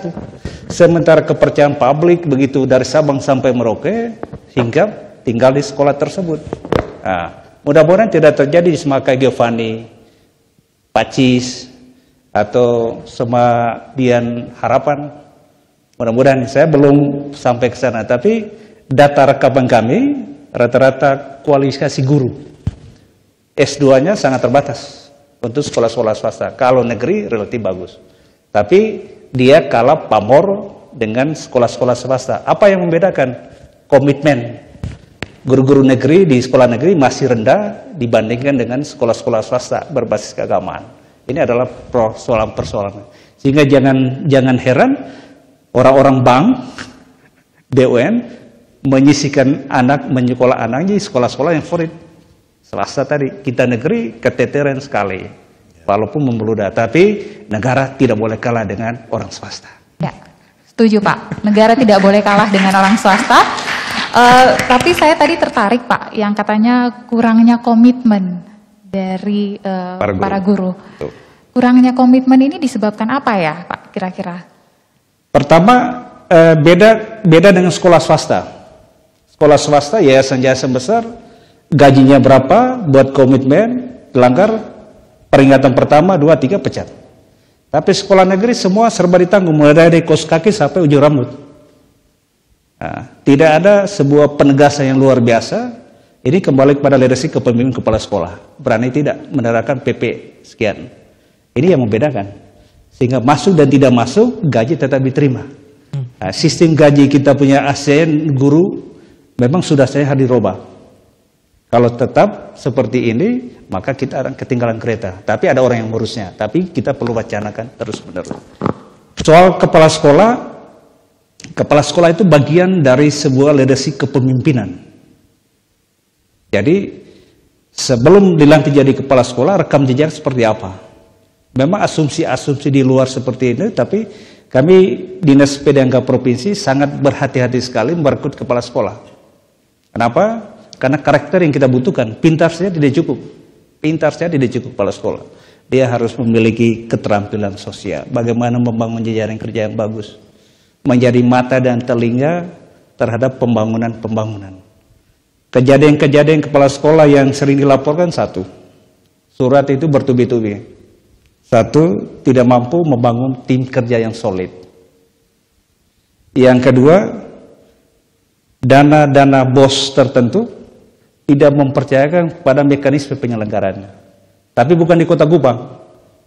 Sekolah yang jauh dari pantauan di pesisir di pedalaman. Karena tidak ada koreksi yang cukup bagus. Inilah persoalan-persoalan ini. Tapi yakin dan percaya, seleksi kepala sekolah sangat terbuka. Seleksi sangat terbuka, siapapun tidak mengenal dia suku apa, agama apa, kita di Dinas Pendidikan tidak kenal itu. Bahkan di Sumba Timur, kepala sekolahnya orang Batak 2. Taruh di situ, tidak ada masalah. Tidak mengenal suku agama, yang penting bagus, karakter bagus, maka itu bisa diorbitkan. Beda, kalau di provinsi beda, kabupaten kota seperti apa, tapi percayalah, kita 903 sekolah memiliki rekam jejak sudah teruji. Soal riak-riak kecil, saya kira itu normatif di dalam dinamika pengelolaan tata kelola. Demikian. Terima kasih Pak Linus untuk jawabannya. Tadi saya tertarik juga karena dikatakan bahwa kepala sekolah itu kurang solid ya dalam bekerja sama. Kayaknya kalau mau belajar bekerja sama kita tanya di timnya Bank NTT karena timnya sepertinya solid sekali bekerja sama ya untuk menarik dana dari masyarakat dan juga untuk menyalurkan dana dari masyarakat dan juga program-program yang mendukung literasi keuangan. Salah satu program literasi keuangan dari Bank NTT tadi sudah dijelaskan oleh Bapak Dirut, yaitu program Rame Sekali. Ya, program Rame Sekali ini sudah dicanangkan dari tahun 2019 ya Bapak Dirut ya. Dan salah satu pemenangnya ya juara lomba ketiga karya tulis ilmiah program Rame Sekali di tahun 2019 adalah Kakak Dina Noah. Kita berikan tepuk tangan untuk Kakak Dina Noah. Saya mengundang Kakak Dina Noah untuk maju ke depan untuk memberikan spesial testimoni.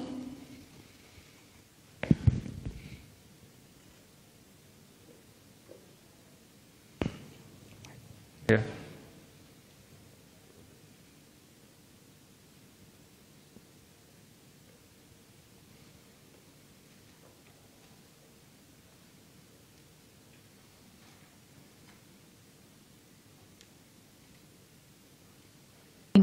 Ini silakan kakak waktunya untuk memberikan spesial testimoni terkait dengan kemarin juara ketiga lomba karya tulis ilmiah ya yang diselenggarakan oleh Bank NTT di program Rame Sekali itu mengkritisi ya layanan yang tidak aware terhadap penyandang disabilitas. Silakan Kak. Ya, sebelumnya terima kasih banyak untuk kesempatan yang diberikan kepada Dina bisa bergabung dengan teman-teman semua di sini. Terima kasih banyak Bapak. Ya seperti yang sudah disebutkan oleh kakak moderator bahwa Dina menjadi salah satu pemenang karya lomba tulis ilmiah yang diselenggarakan oleh Bank NTT pada tahun 2019 dan itu juga pertama kalinya Bank NTT menyelenggarakan lomba tersebut dan kami peserta pertama yang mengikuti. Dina mengikuti dari jenjang perguruan tinggi atau perkuliahan. Jadi waktu itu kenapa Dina tertarik untuk mengikuti lomba ini karena Dina bukan hanya sekedar mau mengikuti lomba tetapi juga ingin sekalian mengadvokasi ke bank-bank supaya bisa lebih inklusif karena tema yang diangkat oleh Bank NTT terkait dengan lomba ini adalah tentang keuangan digital dan Dina berpikir bahwa keuangan digital yang inklusif itu sangat dibutuhkan oleh teman-teman penyandang disabilitas karena kami kesulitan ketika harus mengakses ke ATM atau ke bank karena tidak akses jalannya. Misalnya ke bank, tellernya yang tinggi-tinggi, mejanya tinggi, terus tidak ada pelayanan yang bisa melayani teman-teman yang tidak bisa mendengar atau penerjemah bahasa isyarat atau ke ATM yang terlalu tinggi. Karena itu Dina pengalaman sekali kalau ke ATM selalu bawa orang untuk bantu ambil uang karena dia tidak sampai. Sehingga PIN yang harusnya menjadi privasi akhirnya harus orang banyak tahu. Begitu. Karena dengan digital ini, keuangan digital kan bisa melalui M-banking, SMS banking dan lain-lain, itu sangat membantu. Sehingga Dina berpikir bahwa dengan mengikuti lomba ini, Dina bisa sekalian mengadvokasi ke Bank NTT supaya bisa lebih peduli kepada teman-teman disabilitas. Karena kan Bank NTT melayani seluruh lapisan masyarakat. Nah, penyandang disabilitas juga termasuk di dalamnya. Begitu, sehingga Dina tidak percaya juga kalau akan bisa dapat juara 3 karena Dina hanya berpikir yang penting Bank NTT tahu bahwa ada masyarakat penyandang disabilitas yang sangat membutuhkan layanan ini. Dan puji Tuhan, selain juara, Bank NTT juga sekarang sudah menyediakan layanan ATM yang inklusi dan akses bagi teman-teman penyandang disabilitas. Mungkin itu hanya bisa menjadi satu perwakilan di Bank NTT Pusat. Dina berharap ini bisa menjadi contoh untuk bank-bank yang lain, sehingga tidak hanya Bank NTT tetapi bank-bank yang lain juga bisa punya ATM yang akses, sehingga semua orang bisa menggunakan. Begitu. Mungkin itu semua. Oke, terima kasih Dina untuk spesial testimoninya. Bapak Ibu, perlu diketahui bahwa Kakak Dina Noah ini juga sebagai staf khusus Gubernur Provinsi Nusa Tenggara Timur, bagian penanganan penyandang disabilitas. Dan kita patut ya memberikan applause untuk Bank NTT sebagai bank pertama di Nusa Tenggara Timur yang memberikan fasilitas kemudahan terhadap penyandang disabilitas, ya Bapak ya. Cuma pertanyaannya Pak, kenapa cuma di kantor pusat saja? Kita sudah mulai membangun akses di beberapa kantor cabang. Pak Direktur Umum sudah di kantor-kantor kami yang baru sudah dibuat akses untuk memudahkan sesama kita yang disabilitas, sehingga nanti akan sama dengan di Kota Kupang, dan mudah-mudahan dalam tahun ini Pak Dirum bisa menyelesaikan di beberapa tempat. Kita doakan bersama ya, kita perlu dukung untuk Bank NTT untuk itu bisa tercapai ya Pak ya. Oke, selanjutnya silakan duduk kembali dulu Bapak. Ini saya diingatkan, Dina silakan Dina. Tadi masih ada 2 penanya ini ya, silahkan. Ya, Bapak yang di sana. Saya.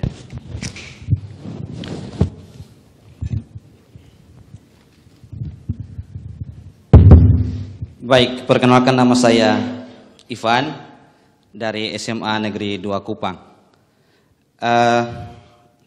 Yang pertama kami ucapkan terima kasih kepada Bank NTT karena hari ini memberikan kesempatan kepada kami praktisi di sekolah untuk sharing pendapat berkaitan dengan literasi dan inklusi keuangan. Titik pijak kita hari ini adalah feedback yang kami bawa ke sekolah. Jadi dari awal memang saya secara pribadi, saya minta maaf Bapak Kadis, saya belum mendapat benang merah antara apa yang kita akan buat di sekolah dengan data yang ditawarkan yang sudah diberikan oleh OJK dan rangkaian inovasi yang sudah dibuat oleh Bank NTT. Coba saya sedikit tarik benang merah Bapak Kadis sebagai pemateri, bahwa Merdeka Belajar konsepnya bahwa anak bebas untuk belajar. Dasarnya dari kurikulum itu sendiri. Mereka bebas mengambil materi, bebas untuk mencari inovasi sebesar-besarnya. Nah, disinilah kita pihak sekolah punya satu komitmen yang tadi dibangun. Saya tidak bicara tentang komitmen untuk yang lain-lain, itu urusan politik, saya tidak urusan di situ. Intinya sekolah harus membuka diri. Berapa banyak program-program yang luar biasa dari bank-bank, bukan Bank NTT saja, terlalu banyak. Mubasir di sekolah. Karena apa? sekolah terlalu kaku. Itulah konsep Merdeka Belajar yang ditawar oleh Mas Nadiem Makarim. Feedback yang kita bawa, solusi yang kita bawa di sekolah. Dari data ini, sebenarnya data dari OJK, dari survei nasional dari OJK ini, sudah membuka banyak pemahaman kita tentang bagaimana literasi keuangan dan inklusi keuangan di masyarakat. Kita dipatok oleh pemerintah itu 35%. Sekarang literasi 38%. Tapi di data di dalamnya itu terlalu banyak serampangan. Kita di sekolah terlalu banyak guru sibuk dengan materi-materi zaman dulu. Inflasi, deflasi. Padahal anak-anak sekarang sudah, anak-anak sekarang anak zaman now. Dia dengan dia punya mobile phone, dia sudah jangkau banyak sekali ilmunya. Guru ketinggalan. Guru ketinggalan jauh di belakang. Malu guru ini. Tapi jangan dulu percaya anak murid. Karena survei dari OJK, ya Bapak Doni ya, tingkat literasi laki-laki lebih tinggi daripada perempuan. Walaupun perempuan lebih cerewet ngomong tentang uang. Setuju Pak Doni ya? Setuju itu. Sehingga sekolah harusnya membuat beberapa terobosan. Contoh, Bank NTT sudah buat ramai sekali, ini sudah 4 tahun. Kita minta ke Dirut Bank NTT, Pak Hari, boleh tidak kita minta hak cipta publikasi itu dibawa ke sekolah? Kami punya perpustakaan Pak, tidak ada satupun buku tentang Bank NTT, hanya ada brosur. Mau dapat apa itu brosur? Kita butuh publikasi seperti yang digaung-gaungkan oleh Bapak Kadis selama ini. Setiap kali turun ke sekolah, canangkan publikasi. Itu hasil karya luar biasa itu dari Ibu Dina itu luar biasa. Terobosan yang dibuat Bank NTT itu, kalau Pak Hari pensiun, karya-karya Pak Hari itu tetap dikenang sepanjang masa lewat publikasi. Ada di perpustakaan setiap sekolah, seluruh NTT. Contoh itu saja Pak, untuk cari sebuah benang merah ini. Data disiapkan OJK, Bank NTT hanya siapkan produk. Tidak bisa Bank NTT menciptakan kurikulum, tidak bisa. Kami yang ciptakan kurikulum, guru berbuka diri. Tapi harus ingat bahwa anak-anak diberi kebebasan dalam Merdeka Belajar. Mungkin ini dia punya konsepnya. Maka solusi yang kami tawarkan dari guru sebenarnya, yang pertama, lebih banyak titik pokoknya pada kita di sekolah. Kita buat beberapa gebrakan di sekolah sudah banyak. Kita punya klub literasi di sekolah, tapi tidak satupun klub literasi keuangan. Banyak klub bahasa Inggris, klub matematika, klub biologi, jarang ada klub ekonomi. Karena orang pikir semua orang pintar ekonomi. Padahal data OJK terbalik. Setuju Pak Doni? Setuju saja. Yang berikut, anak-anak itu dalam Merdeka Belajar, bebaskan dia menabung di mana saja. Kita di sekolah ini, karena ada kepentingan Pak Kadis, Bapak mungkin bisa catat ini, penting ini. Anak mau pi Bank NTT, mereka larang, jangan, pi bank sebelah. Ini buat stres anak-anak ini. Ada apa di situ? Itu sudah ada pemaksulan tentang demokrasi anak. Yang ketiga, kita punya literasi ini terbatas hanya dalam ruang. Kita pernah ciptakan kantin literasi keuangan, tapi anak-anak bilang begini, Pak, bosan lihat Pak yang mengajar tentang ekonomi. Bisa tidak kakak nona yang teller di Bank NTT itu datang mengajar di sini, dalam klub, supaya cantiknya itu menyebar ke sekolah. Jangan laki-laki Pak, nona. Kita punya kantin. Ini usul dari Pak Hari. Jadi kami kenal di kelas di sekolah kami kemarin tuh Ibu Mona kemarin datang ke sekolah kami. Saya bilang, Ibu sesekali Ibu datang bergabung di klub literasi kami. Kami dengan Sekil Pak Kadis, Sekil sudah bentuk klub literasi sekolah. Salah satu materi kami itu literasi keuangan. Hanya kami tidak ada narasumbernya. Sehingga ini berapa feedback yang kami minta untuk kita bisa rekomendasikan untuk kita bawa ke sekolah. Karena sekarang Merdeka Belajar, sekolah berhak menentukan materinya.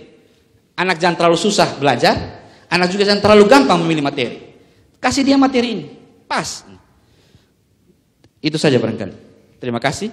Ya, terima kasih Pak Ivan. Sangat menggebu-gebu dalam bertanya dan memberikan statement ya Pak ya. Tapi yang tadi yang saya bisa tangkap bahwa saya tangkapnya adalah terkait dengan klub literasi keuangan yang belum ada di sekolah. Kemudian terkait dengan digitalisasi. Karena sepertinya para guru ini sekarang kalah dengan siswa yang sudah lebih mahir dalam menggunakan teknologi. Ya, jadi bagaimana harapan dari sekolah agar dari pemerintah Pemprov itu bisa memberikan semacam masukan terkait dengan klub literasi keuangan yang ada di sekolah maupun tadi terkait dengan peningkatan digitalisasi, bukan hanya untuk siswanya tetapi untuk para gurunya. Kemudian tadi saya juga mau komentar sebentar terkait dengan yang harus teller cewek ya yang pergi ya Pak. Nanti siswa ceweknya bosan Pak, karena dia juga mau yang cowok yang pergi ke sana. Jadi bukan hanya cewek saja, tetapi juga harus seimbang, balance ya Pak ya. Tidak hanya cowok tapi cewek juga. Jadi kesetaraan gender itu juga penting di situ. Ya, mungkin itu saja. Silakan Bapak mungkin mau menanggapi. Bapak Linus silakan yang pertama, kemudian berikutnya Bapak Alex dan selanjut dengan Bapak Doni. Silakan. Baik Pak Dirut dengan jajarannya yang saya hormati, Pak PLH, Seksi OJK dan juga Bapak Ibu Guru semua. Ketika Pak Iwan Jahadud mengeluarkan kemerdekaan berpendapat, itu adalah bagian dari pernik-pernik yang ada di sekolah dalam tanda petik. Tetapi yang mau kita dorong adalah sebuah kemerdekaan yang bertanggung jawab terhadap asas-asas pendidikan. Pedagoginya seperti apa, andragogi, pembelajaran orang dewasa terhadap sesama guru, terhadap siswa seperti apa. Dan hasil kajian penelitian Direktur GTK, Pak saat itu masih dijabat oleh Pak Bodowi, korelasinya tidak ada korelasi yang positif antara guru-guru yang bersertifikasi dengan mutu pendidikan. Itu beliau berbicara disertasi doktornya tahun 2010. Sekarang pertanyaannya, guru-guru yang lulus sertifikasi, yang memiliki kompeten dan diberi penghargaan negara sebesar 1 kali gaji pokok, bagaimana memproteksi pengetahuan untuk melindungi diri di dalam pembelajaran seperti apa? Ini adalah persoalan besar. Kembali kepada soal penamaan literasi, ini kebetulan temanya literasi keuangan inklusi, maka ide dan gagasan bisa tumbuh dan berkembang. Sehingga pojok-pojok literasi, saya kira nanti Pak Dirut pasti tidak berkeberatan. Ini bisa diisi suplemennya seperti apa. Dan kita mau dorong, kita mau kembangkan jurnal restorasi pendidikan NTT. Sehingga biar apa? Biar kawan-kawan guru SD, SMP, SMA bisa pensiun yang 4E. Karena mereka rata-rata mentok di 4B, 4C-nya susah. Nah, dan jurnal-jurnal yang bertebaran di mana-mana, jurnal yang dikomersialkan. Dan saya secara pribadi dan bertanggung jawab secara pedagogi, ini ada sebuah pelecehan profesi. Jalan pintas, tetapi mengabaikan etika dan nilai moral. Di situ, kemerdekaan guru di dalam menajam kompetensinya, ini patut dipertanyakan. Merdeka, tetapi ada koridor dan kode etik yang harus dipertahankan. Kembali kepada konsep merdeka tadi, di dalam implementasi praktis, saya kira Bapak Ibu Guru bukan barang baru lagi, asing lagi, tetapi silakan memilih materi-materi kompetensi esensial yang penting, yang ada kaitan dengan kepentingan daerah. Ini masih jauh. Saya bilang, visi dan misi Gubernur NTT Bangkit NTT Sejahtera di sektor pertanian apa? Tanam jagung, panen sapi. Sektor pariwisata, kita mempunyai 7 destinasi. Sektor perikanan, dan kelautan dan sektor-sektor lain pertanian ini belum maksimal dikonkretkan oleh Bapak Ibu Guru dalam kepentingan daerah, karena kurikulum yang disusun satu kepentingan negara itu jelas, yang kedua kepentingan daerah, visi dan misi pemerintah NTT kabupaten kota belum diselaraskan, sehingga kemarin masih ingat Bapak Ibu katakan pendidikan yang didesain masih jauh dari harapan daerah, potensi daerah, pertanian peternak, tapi ajarnya lain. Oke, tamatan tidak menghasilkan apa-apa. terlebih di sekolah kejuruan. Ini yang kita dorong. Dan juga saya sepakat, terlebih guru-guru ekonomi di tingkat sekolah menengah atas. Ketika pembukuan itu diajarkan, ajarnya nilai uang itu miliar. Tapi di dompet di sekolahnya uangnya tidak sampai miliar. Ini juga satu bentuk yang sudah saatnya dirubah.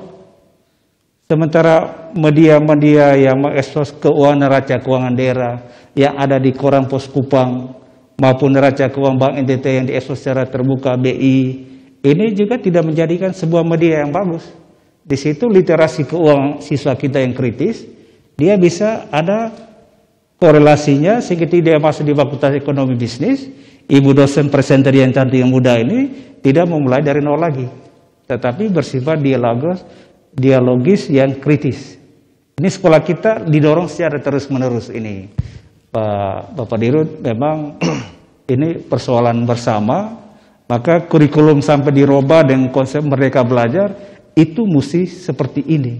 Dan pendekatannya itu metode tanpa metode, Bapak dan Ibu Kepala Sekolah. Artinya apa? Metode tanpa metode itu artinya apa? Di dalam kurikulum untuk menyelesaikan metodenya diskusi, pendekatannya apa? Tetapi karena konteks berbeda situasi, ketika ada pandemi COVID, ada badai seroja, lalu kau berkutat pada ini tertulis. Tidak seperti harus berpikir out the box, berpikir di luar dari kebiasaan yang ada dalam buku ini. Ini adalah tantangan dunia pendidikan ini, baru bisa. Tapi selagi Bapak Ibu masih terjebak di dalam apa kata kurikulum, apa kata buku, atau belajar dari buku, maka ini adalah kegagalan yang terencana dari sekolah. Nah, Merdeka Belajar itu dia konsepnya bukan belajar dari buku Bapak dan Ibu. Buku ini hanya satu media. Berbahayanya anak-anak buka buku penerbit X, halaman sekian belajar dan tanya jawab. Itu sama dengan kita memprakondisi menguntungkan satu penerbit. Padahal penerbit A, B, C silakan anak-anak cari. Ini kasusnya, beda, presentasi, kesulitan, kita undang narasumber.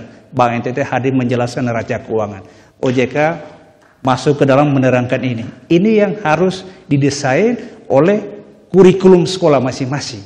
Nah, ini adalah PR yang harus didorong. Sehingga ketika teman-teman Bank NTT masuk sekolah kami, mereka termotivasi. Kita pas kerja bank pertama, karena lihat nyonya ganteng, uangnya banyak, nona-nona lebih bagus, sepatu tinggi. Mereka terdorong saat itu. Maka kita ada program guru tamu.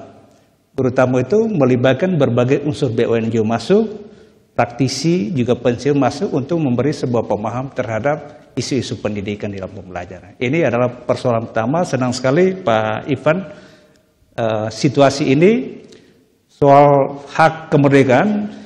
Nanti kita buat edaran, Bapak dan Ibu Kepala Sekolah semua, entah SD seperti apa SMP, tapi keuangan kenapa menabung di Bank NTT, Bapak dan Ibu, perputaran dari kita untuk biaya pembangunan di Nusa Tenggara Timur.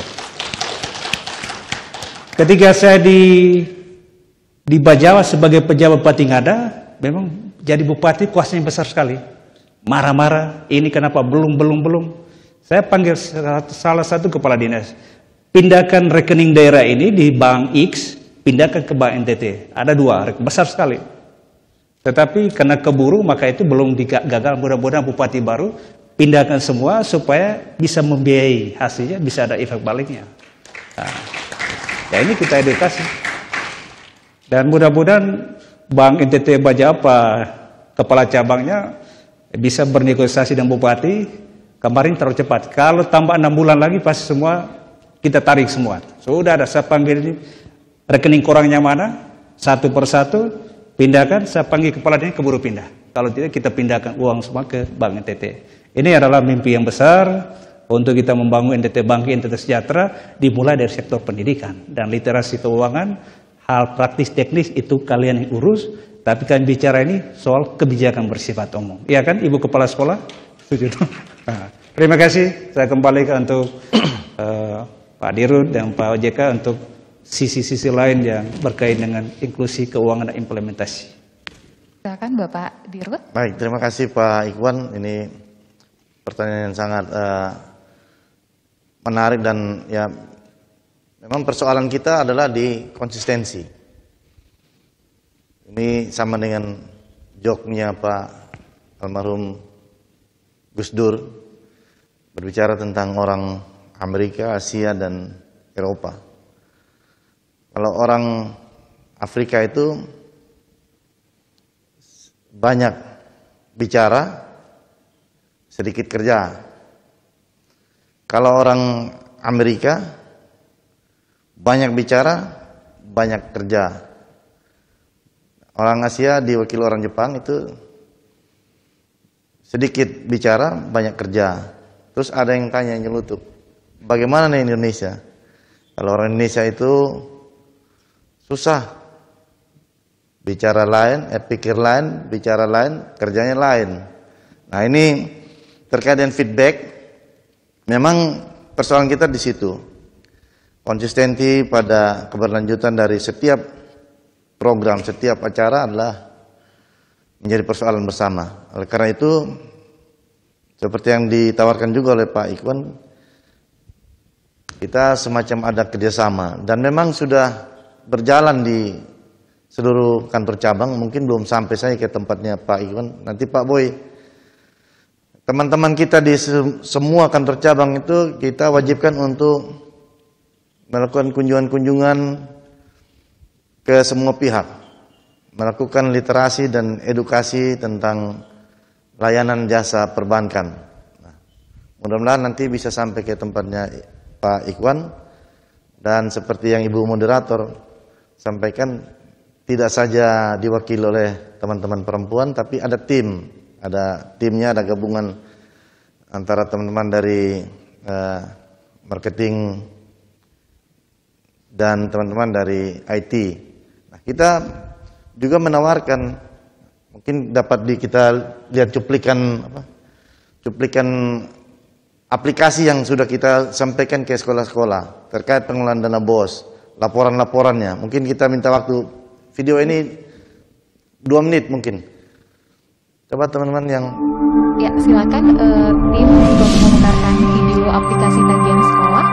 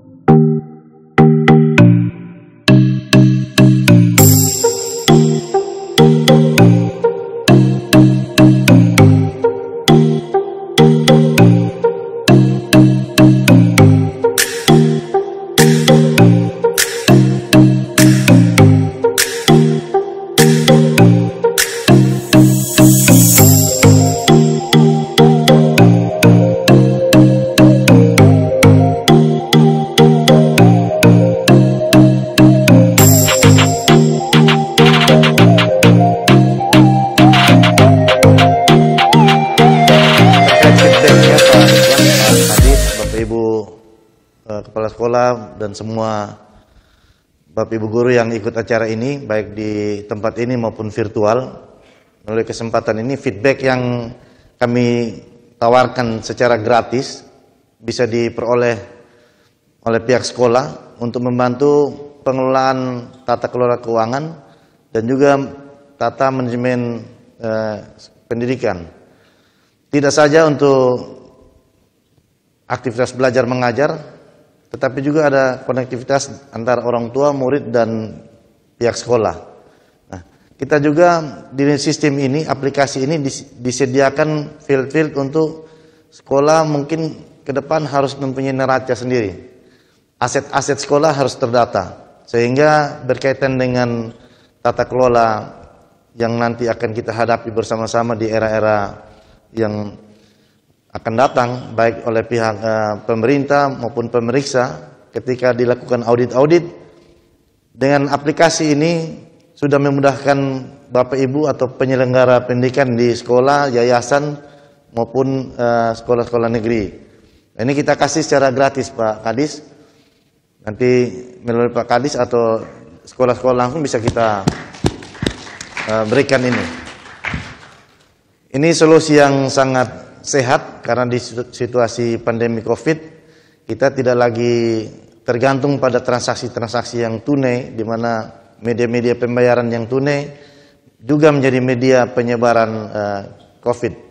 Sehingga dengan berbasis aplikasi adalah media-media yang sehat untuk aktivitas transaksi atau menggunakan jasa layanan perbankan yang ada. Demikian feedback yang kami sampaikan. Terima kasih Pak Ikhwan. Ya, terima kasih Bapak Dirut untuk penjelasannya. Selanjutnya mungkin Bapak Doni. Baik, terima kasih Pak Ivan atas pertanyaan tadi melengkapi tanggapan dari Pak Linus dan Pak Alex. Mungkin tadi saya menarik terkait benang merah tadi Pak Alex, Bapak Ivan tadi sampaikan benang merahnya diskusi pada siang hari ini apa ini. Mungkin saya tekankan yang pertama kami dari regulator ya, khususnya yang terkait merdeka belajar khususnya literasi dan inklusi keuangan. Yang pertama terkait literasi itu kami di OJK sudah membuat buku dari tiap tingkatan dari SD, SMP, SMA dan universitas itu yang bisa diakses di website kami di sikapiuangmu.ojk.go.id. Jadi mungkin nanti bisa digunakan Bapak Ibu pengajar baik yang di sini maupun yang di virtual dan seluruh NTT lah. Itu bisa di-download di situ ya. Terus kami juga sudah sampaikan ke perpustakaan di provinsi Pak. Jadi bisa diakses di websitenya perpustakaan. Jadi itu kalau nggak salah websitenya alamatnya arpus.nttprof.go.id. Nah, itu bisa diakses di sana. Jadi selain di website di OJK bisa juga diakses di website perpustakaan. Kami di kantor juga ada yang cetaknya, tapi terbatas, nggak bisa melayani seluruh sekolah, Pak. Jadi itu ada di tingkatan SD, SMP, SMA, menyesuaikan dengan kurikulum terbaru, Pak. Jadi bisa tadi kan ada kelompok-kelompok belajar, misalnya tadi Pak Ivan bilang, sampaikan belum ada kelompok literasi keuangan, mungkin itu bisa digunakan untuk menyampaikan materi terkait literasi keuangan. Terus yang kedua terkait literasi, kami juga mungkin sedikit memaparkan rumus sederhana Pak terkait pengelolaan keuangan yang kalau diterapkan secara konsisten mungkin nanti bisa merdeka secara keuangan ya. Itu rumusnya 10, 20, 30, 40. Itu untuk gaji misalnya penghasilan. Jadi 10% dari gaji misalnya 1 juta berarti 100.000 itu untuk kebutuhan sosial, dana sosial 10%. 20% berarti 200.000 untuk dana darurat Pak, asuransi bisa, tabungan bisa, deposito, reksadana sebagainya itu digunakan 20% dari total gaji ya, penghasilan. Terus 30% untuk bayar cicilan. Bayar cicilan bulanan itu bisa digunakan dari gaji misalnya 1 juta berarti 300.000 untuk bayar cicilan. Jadi Bapak Ibu kalau misalnya pengen merdeka jangan menuruti keinginan ya, tapi kebutuhan. Jadi disesuaikan dengan penghasilan tiap bulan atau penghasilan harian. Jadi 30% itu nyicil. Terus sisanya 40% untuk kebutuhan sehari-hari, misalnya bayar sekolah, bayar listrik, kebutuhan pokok dan sebagainya. Jadi kalau bisa itu diterapkan secara konsisten, insya Allah bisa merdeka secara finansial. 10, 20, 30, 40 itu rumus sederhana. Terus yang selanjutnya terkait inklusi keuangan, ya, literasi dan inklusi keuangan. Terkait program kami simpenan pelajar itu ada 3 alternatif, Pak. Jadi yang pertama dari bank dan sekolah itu bisa melakukan kerjasama. Jadi sekolah-sekolah itu mengumpulkan uang tabungan, nanti dikolek oleh bank-bank yang datang ke sekolah. Jadi kerjasama. Tadi saya lihat di materi Bank NTT sudah ada 38 yang kerjasama dengan Bank NTT, 38 sekolah dan sekolah. Mungkin nanti di bank-bank lain juga ada yang kerjasama. Itu yang pertama. Yang kedua, bisa pelajar atau mahasiswanya itu bisa menabung di agen laku pandai yang tadi Pak Alex sampaikan. Kalau di Bank NTT namanya agen Dia Bisa, Pak, yang di Lopo-Lopo Dia Bisa. Di bank-bank lain juga ada namanya, ada kayak misalnya di BRI, Briling, di Mandiri, agen Mandiri, di BNI, agen 46. Itu bisa melakukan menabung di sana. Terus yang terakhir, pelajarnya atau mahasiswanya bisa langsung datang ke bank. Namanya walk-in customer, jadi konsumennya bisa langsung datang ke bank untuk menabung. Jadi kami memberikan kebebasan kepada konsumen untuk menabung, ya, dari pelajar maupun mahasiswa dan guru-guru. Mungkin itu yang terkait inklusi keuangan. Jadi diharapkan kami dari regulator, konsumen itu menggunakan produk-produk keuangan yang berizin di regulator, baik dari OJK, DPI maupun dari Dinas Koperasi dan sebagainya. Mungkin itu Pak tambahan dari saya. Terima kasih. Mungkin saya ingin tambahkan satu yang belum dijawab dari Pak Ikhwan tentang buku. Buku-buku yang kami punya termasuk ya himpunan karya tulis ilmiah yang kita lombakan, nanti akan kita kirim ke sekolah-sekolah, Pak Kadis. Ya. Terima kasih Pak. Bagus. Baik, Bapak Ibu Kepala Sekolah, ini kan pemikiran besar, konkret literasi keuangan.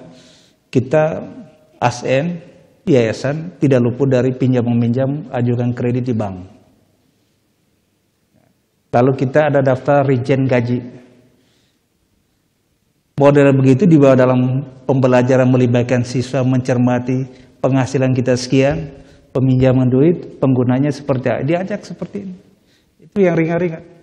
Jadi konkret operasionalnya sebagai sebuah media edukasi, melatih anak-anak sekolah sehingga jeli ketika orang tua mengajukan kredit untuk digunakan apa? Konsumsi atau pendidikan atau aspek produktivitas lain yang bisa melipat ganda keuangan.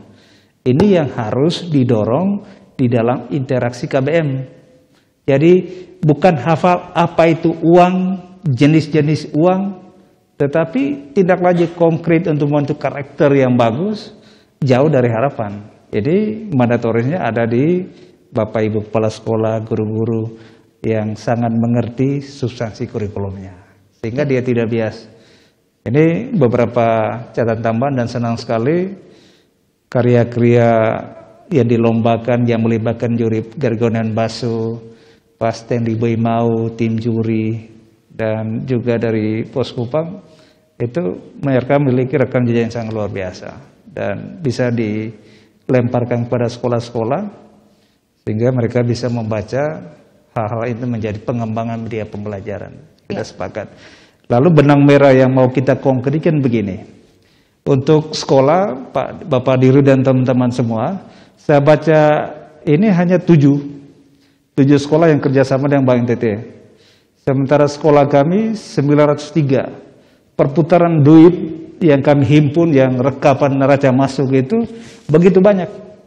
Nanti kita dorong pertemuan khusus, masing-masing kepala cabang bekerjasama dengan MKS tempat pengawas biar dikonkretkan. Dan himbauan dari ini kita paling Senin Selasa kita edarkan semua kerjasama dan juga aplikasi tadi dicari waktu tahun ajaran baru wajib digunakan, launching secara permanen, lalu kabupaten kota akan bisa membuatnya. Sehingga bentuk dari follow-up dari pertemuan kita ini. Terakhir itu siswa bisa belajar menabung di Bank NTT dengan naik kelas, buku bank saudara belum tamat berapa, baru dikasih lulus. Kalau tidak kasih lulus, tahan dulu. Ya. Nah, ini harus kita dorong, baru bisa. Demikian. Oke, terima kasih Pak Linus untuk jawabannya, Bapak Dirut dan juga Bapak Doni untuk jawabannya. Ini mungkin sekaligus menjawab ya pertanyaan dari dari via virtual meeting ya dari ND, dari SMK Frateran Ndau ND. Mohon bisa dijelaskan oleh narasumber bagaimana gambaran konkret ketika anak belajar tentang inklusi keuangan dan dikaitkan dengan Merdeka Belajar. Mungkin ini saya. Oke. Ya, ini Bapak. bagus. SMK Frater Ndau saya sudah kunjung. Saya kunjung kemarin 2 bulan lalu di ND, itu dari setiap sekolah. Selalu SMK Frater Ndau itu banyak prestasinya, kirim siswanya sampai ke Amerika Serikat. Saya doinya dari mana? Uangnya dari komite sekolah dengan partisipasi orang tua, kirim sampai ke Amerika Serikat. Nah, tapi saya bilang kepala, kirim sampai Amerika Serikat, anak-anak ND yang kulit-kulit hitam harus ada di dalam. Supaya ada keterwakilan. Ini baru jelas ada kemerdekaan, pemerataan, kesemaratan. Kalau hanya kebetulan orang-orang yang berduit dikirim, ini kamu kehilangan jati diri sebagai sekolah Katolik, nggak boleh. Nah, ini terkait dengan inklusi keuangan di KI Merdeka Belajar, siswa diperkenalkan. Ini sangat teknis ini, sangat teknis. Perkenalkan jenis-jenis mata uang Indonesia ini, Malaysia ini, dolar Amerika ini. Pertukaran uang kalau terjadi ketika ada inflasi, nilai rupiahnya seperti apa.